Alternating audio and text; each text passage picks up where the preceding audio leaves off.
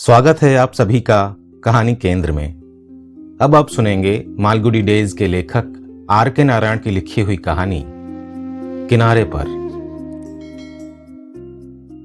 उस शाम मैं जिस कमेटी की मीटिंग में शामिल न हो सका वो इरादतन नहीं था। इसमें शक नहीं कि संयोजक से मैंने जो वादा किया था उसके अनुसार मैं मीटिंग हॉल के लिए रवाना हो गया था। दोपहर बाद 5:30 बजे मीटिंग होनी थी, लेकिन उस वक्त जब मैं यूनिवर्सिटी के नुक्कड़ पर मुड़कर आगे बढ़ा तब दो गिलहरियों के कारण मैं रुक गया। कोई इस बारे में जरूर पूछ सकता है कि मुझ जैसा प्रौढ़ व्यक्ति दो गिलहरियों के कारण कैसे अपना कार्यक्रम बदल सकता है, परंतु मैं अब भी यही सोचता हूं कि मुझ जैसे बड़ी उम्र के व्यक्ति के लिए अपना कार्यक्रम बदलने का कोई कारण हो सकता था तो वो निश्चय से यही था। इनमें से एक तो मां थी और दूसरी 10 दिन की उद्दंड युवा जो दूसरे दिन सैर को जा रही थी। युवा गिलहरी की पूंछ उसके नन्हे से शरीर की तुलना में बेतहाशा लंबी थी, जिसकी वजह से वो हिलती डुलती चल रही थी। दोनों अपने घर जा रही थीं, जो यूनिवर्सिटी की दीवार के दूसरी तरफ था, शायद रजिस्ट्रार के दफ्तर के वरांडे की छत के एक छेद में। यहां पहुंचने के लिए 2 फीट की ऊंचाई पर बने एक लंबे छेद से गुजरना पड़ता था और समस्या ये थी कि छुटकी यहां तक पहुंच नहीं पा रही थी। मां तो सड़क से ही छलांग मारकर वहां तक पहुंच सकती थी, लेकिन बेटी वहां तक दौड़कर ऊपर देखती और रुक जाती। मां ऊपर उछली और ये सोचकर कि बिटिया पीछे आ रही होगी, दूसरी तरफ कूदकर गायब हो गई। बिटिया अपने पिछले पैरों पर खड़ी होकर कोशिश करती, ये सोचती अंदाज लगाती रही कि उसका रास्ता रोकने वाले किले की दीवार कितनी ऊंची है। वो संतुलन बनाए इस तरह खड़ी रही कि कोई चमत्कार हो जाए जिससे वो आसानी से उस पार जा सके। ये उसके जीवन में गिलहरी स्वभाव के बिल्कुल विपरीत व्यवहार था। तभी मां वापस लौटी और उसके ऊपर बनी चौखट पर खड़ी हो गई। उसकी पूंछ धीरे से हिली और वो आश्चर्य से देखने लगी। उसने नीचे नजर डाली, क्षण भर के लिए रुकी, अपना ओंठ काटा। डिज्नी के असली चरित्र की तरह और ऑस्कर वाइल्ड की तरह आपको मानना पड़ेगा कि प्रकृति कला की नकल करती है। फिर पूछा, अभी तक वहीं हो?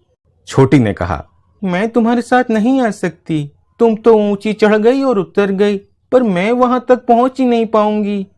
अच्छा? मां ने आश्चर्य में भरकर कहा।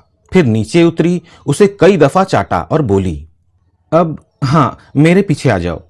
ये उतनी ऊंची नहीं है, जरा सी कोशिश करो और हम घर पहुंच जाते हैं। चलो आओ। ये कहकर वो फिर उछली और वहां से गायब हो गई। छोटी ने दोबारा कोशिश की, पर वो बेकार गई। वो नीचे आ गिरी, मिट्टी में सन गई। उसे झाड़ा और चारों तरफ देखा कि कहीं कोई देख तो नहीं रहा। अब उसके चेहरे पर कुछ परेशानी झलकी। मां सोचती है कि हर कोई उसके जितना भाग दौड़ सकता है। मां फिर लौटी और बोली, अभी घर आने का इरादा नहीं है, अंधेरा होने वाला है। अब वो भी चिंतित थी, पर दिखाना नहीं चाहती थी। सूरज डूब रहा था और उन्हें जल्दी घर पहुंच जाना था। वो नीचे उतरी, उसे थपथपाया और हंसते हुए बोली, देखो, इस तरह लंबी सांस लो। तुम वहां से मेरी तरह उछल नहीं सकती, हालांकि जल्दी ही ये भी करने लगोगी। मेरी तरह 10 कदम पीछे हटो। छोटी ने मां के कहने के अनुसार किया। अब एक दौड़ लगाकर इस तरह ऊपर उछलकर आगे कूदो। मां फिर वहां से गायब हो गई। युवती ने उसके आदेशों का पूरी तरह पालन किया, उसी तरह छलांग लगाने की कोशिश की, पर जरा सा चूना खुरचकर वापस नीचे आ गिरी और दीवार के सहारे गुड़ी मुड़ी होकर बैठ गई। वो जानती थी कि मां फिर वापस आएगी और कुछ नई तरकीब बताएगी। मां आई, तब वो इससे आजिज आ चुकी थी, इतनी कि उसकी तरफ घूम कर भी नहीं देखा। मां चिल्लाई, तो क्या रात भर यहीं रहोगी? युवती ने उदास होकर कहा, मैं क्या करूं, लगता है यहीं रहना पड़ेगा। मां अब चिंतित हो उठी। अंधेरा घिर रहा था, दूर कोई उल्लू चीख रहा था, कुछ पक्षी और चमगादड़ उड़ रहे थे, खतरनाक कौवे अपने घोंसलों को लौट रहे थे। ये वक्त अच्छा नहीं था। मां दीवार से लगकर इस तरह खड़ी हो गई कि ये सब चले जाएं। बिटिया भी उसके बगल में दुबक कर खड़ी हो गई। फिर मां ने उसे धीरे से धकेला और बोली, ये समस्या का हल नहीं है, तुम्हें लगन से फिर कोशिश करनी पड़ेगी। मैं जानती हूं तुम में ये हिम्मत है, ये बहुत आसान है। वो कुछ कदम पीछे हटी, दौड़ी, कूदी, फिर छोटी के पास आई और बोली, देखो कितना आसान है, तुम कर सकती हो, मैं जानती हूं। बस जरा से आत्मविश्वास की कमी है तुम में। चलो आओ। उसने खुद करके दिखाया। देखो इस तरह नहीं, इस तरह नहीं, फिर से देखो।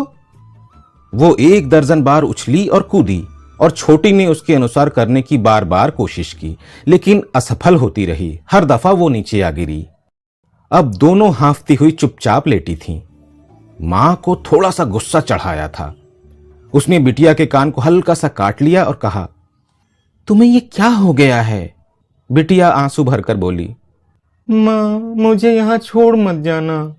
मैं भी नहीं चाहती, लेकिन अब हमें यहां नहीं रहना चाहिए। बिटिया ने कई बार कोशिश की और मां ने भी। कैसे करे ये दिखाती रही। दोनों बहुत थक गईं। अंत में मां बोली, मैं तुम पर गर्व नहीं कर सकती, तुम्हारी उम्र में मैं। मां की उपस्थिति ने छोटी में चेतना ला दी थी। वो इधर उधर बेमतलब भी कूदती रही, लेकिन उसके व्यवहार से यह स्पष्ट था कि उसे स्थिति की गंभीरता का पता नहीं था। वो समझ नहीं पा रही थी कि ये उसकी समय के साथ दौड़ है। कुछ ही क्षण में अंधेरा हो जाएगा और उन्हें कुछ भी दिखाई देना बंद हो जाएगा। मां गहरी चिंता में डूबकर कहने लगी, अब हमें यहां बिल्कुल नहीं रहना चाहिए। देखो, वे स्कूल के बच्चे खेल के मैदान से लौट रहे हैं। वे हमें पत्थर मारेंगे और कहीं कहीं एक कुत्ता भी भौंक रहा है। ये दुनिया बड़ी खतरनाक है, हमें तुरंत वापस जाना होगा। मां ने फिर कूद कर दिखाया और छोटी ने कार्टून की तरह उसकी उल्टी सीधी नकल की। अब मां का धीरज खत्म हो रहा था। वो फिर ऊपर चढ़ी और बोली, तुम्हें आना है या नहीं, जल्दी बताओ। छोटी ने कहा, तुम उसी दिन की तरह मुझे अपने ऊपर चढ़ा लो ना मां, नहीं तो।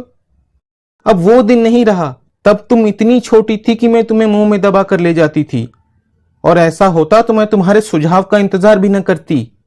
मैं कूद नहीं सकती, मैं नहीं आती। ये कहकर बिटिया चुप हो गई। बेवकूफ, तुम्हें पता नहीं क्या हो सकता है। चुपचाप आ जाओ। सारी दुनिया सो रही है, सिर्फ हम जग रहे हैं और हमारे दुश्मन चारों तरफ घूम रहे हैं। चुपचाप आ जाओ। मैं नहीं आ सकती मां, तुम नहीं समझती। मां पूरा वाक्य सुनना नहीं चाहती थी। वो चुपचाप मुड़ी, दूसरी तरफ कूदी और क्षण भर में ये कहकर गायब हो गई, भगवान सब देख रहा है। अगर तुम्हें अगला दिन देखना होगा तो देखोगी, और क्या करूं? मैं या कोई और तुम्हारे लिए क्या कर सकता है? छोटी ने इंतजार किया। मां के जाने की आवाज चिंतित होकर सुनती रही। अंधेरा हो गया। वो परेशान होकर सुनती रही। अब वो परेशान हुई, डर भी लगा।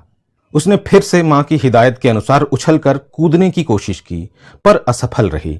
फिर बहुत थककर चुप लेट गई। ये सब देखकर मुझे लगा कि यूनिवर्सिटी के अधिकारियों से मुझे जोरदार अपील करनी चाहिए कि दीवार की ऊंचाई कम करवा दे। मैं खड़ा सोचता रहा कि गिलहरी की मदद करूं, पर कैसे? उसने अब वही किया जो इन परिस्थितियों में संभव था। उसने प्रयत्न करना बंद कर दिया और दौड़कर पास के पेड़ पर चढ़ गई। उसने वहां से कई आवाजें लगाई, लेकिन खुदगर्ज मां ने ध्यान नहीं दिया। मैंने घड़ी देखी तो पाया कि यह घटना पूरे 1.25 घंटे चली। मीटिंग के संयोजक ने इसके बाद मुझसे मिलने पर पूछा, आपने हमें फिर निराश किया। इस दफा मैं कुछ कर ही नहीं सकता था। यह कहकर मैंने सबसे सरल बहाना बनाया, मैं व्यस्त हो गया था। अचानक